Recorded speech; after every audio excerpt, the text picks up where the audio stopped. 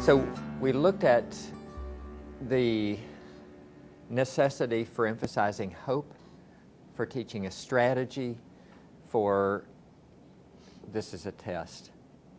What was it?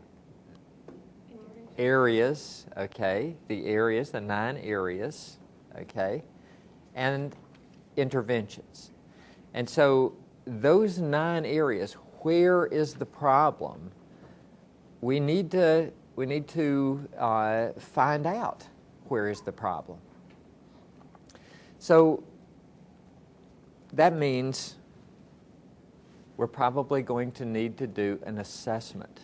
We're going to need to do an assessment up front, in writing, feedback to the couple. Now, I didn't always do this, right? I was not trained to write assessment reports. I was trained to do therapy from day one. Just start off with therapy, and you assess as you go along, and you change your route and react to what the clients are doing.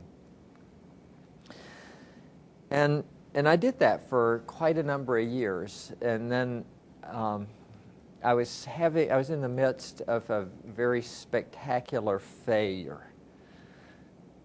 You probably don't want to hear the gruesome details, but it had to do with actually counseling a pastor and his wife. And he proceeded to engage me in a theological discussion at every turn.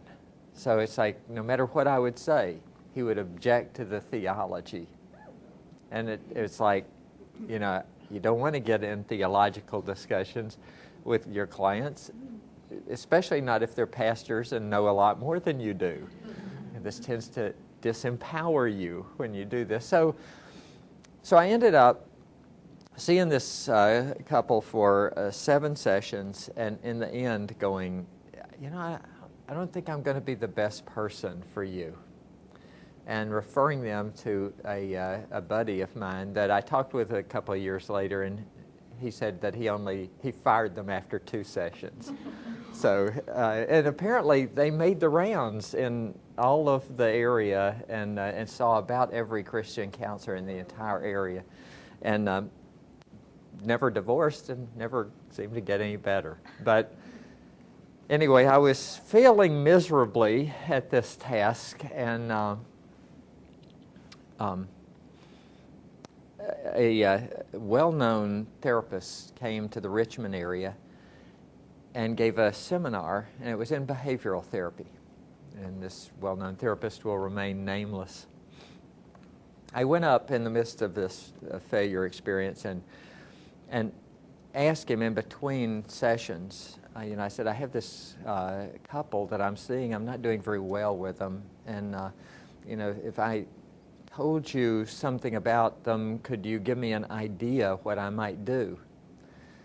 And he goes, what did they get on the areas of change questionnaire? I said, well, I didn't give the areas of change questionnaire. What about the behavioral checklist?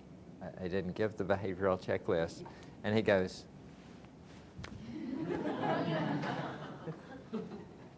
that was a rather abrupt consultation that I didn't really get much better after that consultation, but it did aggravate me. And so I fail with this couple, and now I'm feeling like probably should have given them the area of change questionnaire, or should have given them some kind of questionnaire. Well, as the way that I was working my private practice at that time was when a couple finished up with me, usually I would like to think successful, occasionally not successful.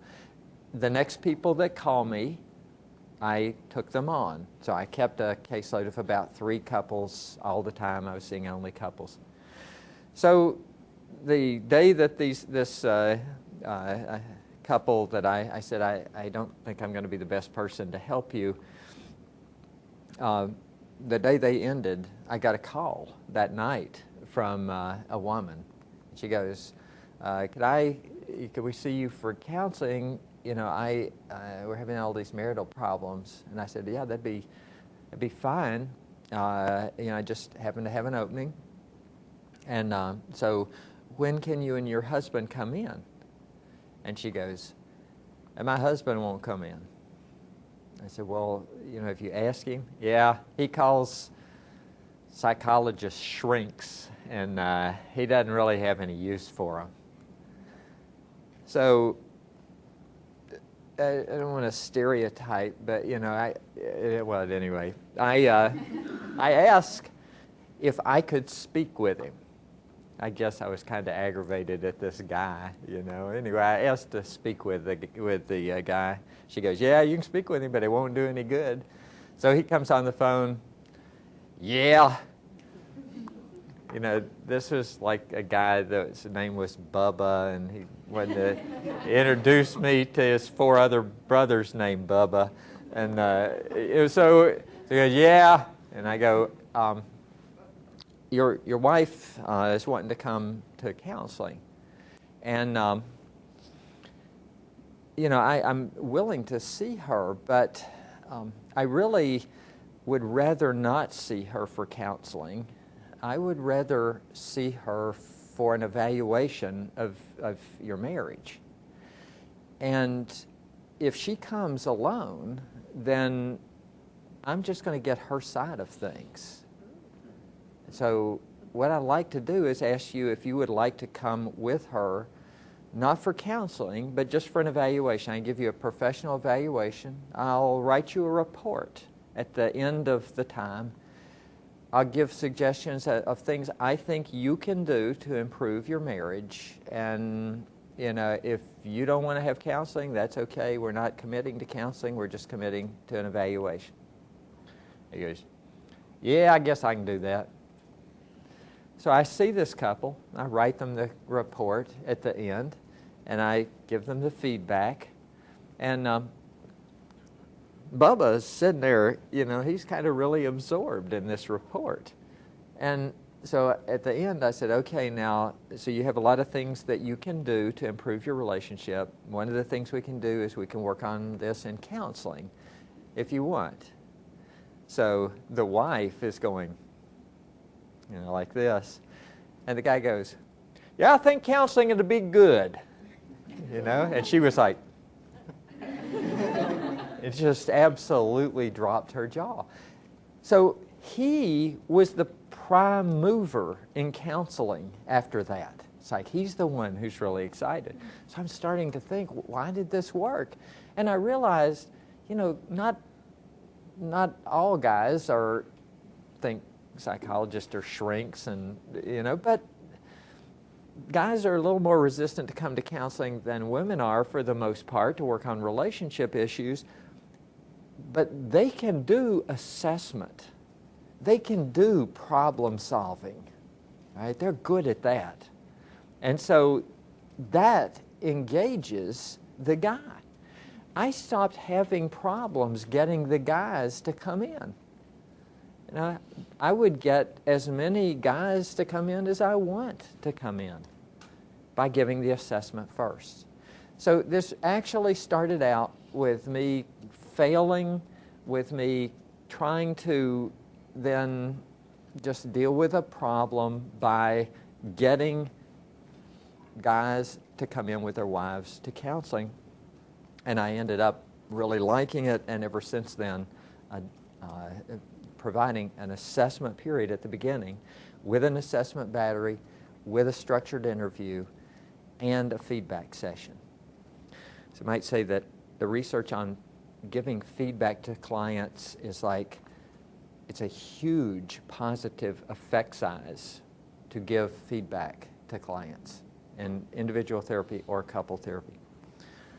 So, so we actually did a research study on this, and in that research study we found that if you assess a couple and you give them feedback, that accounts for 1/4 of all of the gains that they make in marriage enrichment.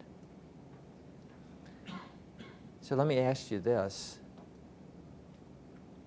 what other intervention in all of your therapy can account for 1/4 of the whole gain of enrichment or therapy? What? Empathy? Maybe. But I don't know any just intervention that will do that.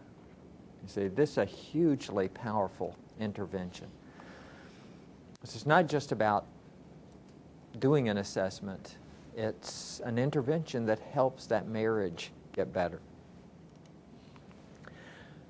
So over the years, I've built up a little battery of instruments which I assess their satisfaction, their intimacy, and all of these are very quick. They're not always the most psychometrically sound, but they give me something that looks objective, that you can show the clients, and they can say, yeah, this stuff, that's me. How do you do this? You are like, you're like a magician, like you're inside my head. It's because you answered the questions, right? Okay, it's really magic. Yeah. So you know, we assess forgiveness and also their religious commitment.